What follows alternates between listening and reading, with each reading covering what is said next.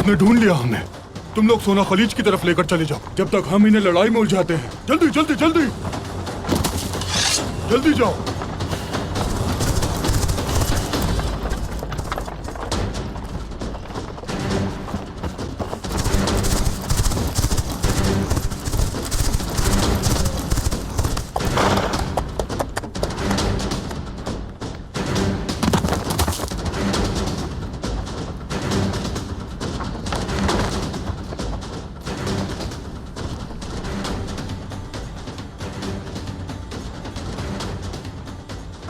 देस्पिना भाभी की जान लेने वाला बदजात यही है बाबा रोज।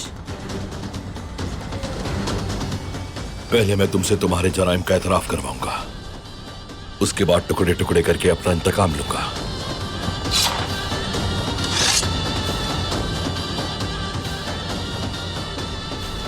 हमला!